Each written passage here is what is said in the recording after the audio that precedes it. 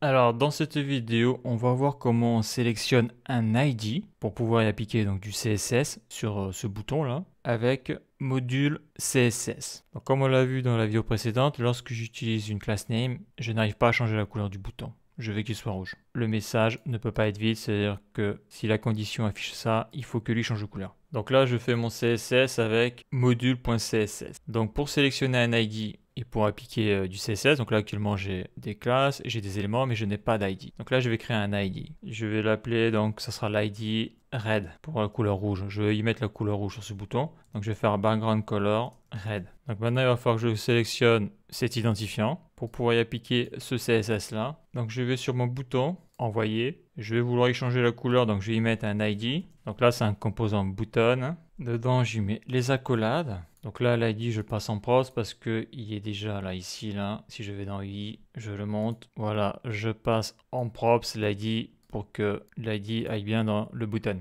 Donc déjà, pour sélectionner donc cet ID là, donc là je mets mon ID, il faut que j'écrive cases, j'ouvre les crochets, je mets les doubles quotes et j'écris red, donc le nom que j'ai marqué ici. Si j'actualise, on voit que le bouton là est rouge. Bien sûr, ici là, j'ai le module CSS Fill New Post. Ce module, je l'ai importé dans Classes et après, je l'ai mis. Donc là, je suis dans le Return, dans le JSX. Je vais l'appliquer carrément sur ma section. Dedans, il y a une carte et après, il y a tous les autres composants. Les sous-composants. Fill New Post. Donc une fois que tu as mis ta section, bon ça c'est la base.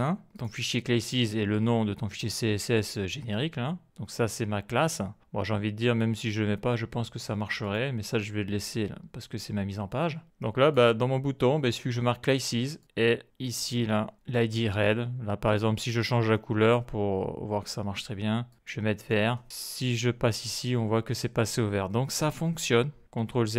Voilà, je mets ça en rouge. Donc moi, là, ce que je veux, c'est que ça s'affiche suite à une condition. Donc la condition, elle est ici. Il faut que condition scène, lorsqu'il est à false, donc je le passe à true, et que je clique sur le bouton de la souris. Donc je fais ça. Je sélectionne tout ça, CTRL C, car ça, c'est la condition qui m'affiche le texte. Le message ne peut pas être vide. Donc je me mets ici. Dedans, je me mets à l'intérieur, là, et je fais un CTRL V. Voilà. Donc maintenant, si cette condition-là est true, alors pour appliquer le CSS, tu vas prendre le sélecteur, donc ça sera l'ID red et tu l'appliques. Sinon, tu m'affiches rien, c'est-à-dire que rien sur mon composant UI. Qu'est-ce que j'avais comme classe? J'ai la classe de base. Donc l'ID là va m'écraser cette classe là. Donc je reviens ici. Donc la question c'est est-ce que ça fonctionne toujours? Donc là j'actualise, je n'ai pas écrit de message, je fais envoyer, le message ne peut pas être vide. Ok, donc je vais écrire ça fonctionne, je fais envoyer, ça marche, je fais supprimer, ok.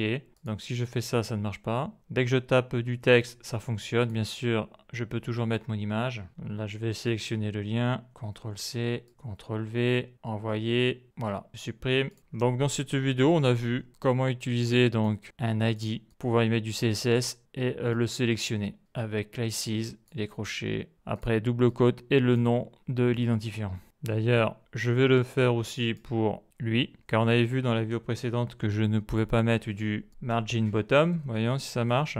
Voyons, je vais forcer le trait là, je vais mettre 3 rem, c'est 30 pixels. Théoriquement, ça ne marche pas, ça s'applique pas. On voit que le margin bottom n'est pas appliqué parce qu'il y a une autre propriété CSS qui l'écrase. Donc ça, c'est une classe, je le remplace en ID. Voilà. Maintenant, c'est plus une classe, c'est un ID. Donc si je vais ici, le texte, le background color n'est pas rouge parce que lui, ce qu'il attend, c'est un identifiant. Et là, j'ai mis une classe. Donc la classe, je vais la virer. Voilà. Ça, je supprime les crochets, double quote. Et ça va être message empty, CTRL-C, CTRL-V. Est-ce que ça fonctionne? J'actualise, envoyer, ça ne marche pas. Ok, bien sûr, il faut virer le class name et le remplacer par ID. Ça marchera mieux. Et là, ça fonctionne, magique. On voit que j'ai mon margin bottom qui s'est bien piqué, donc là, il y en a trop. Donc, je vais mettre un margin bottom de rem. Voilà, je tape du texte, ça disparaît, nickel. J'envoie, super, ça marche. Ok, je fais envoyer. Ok.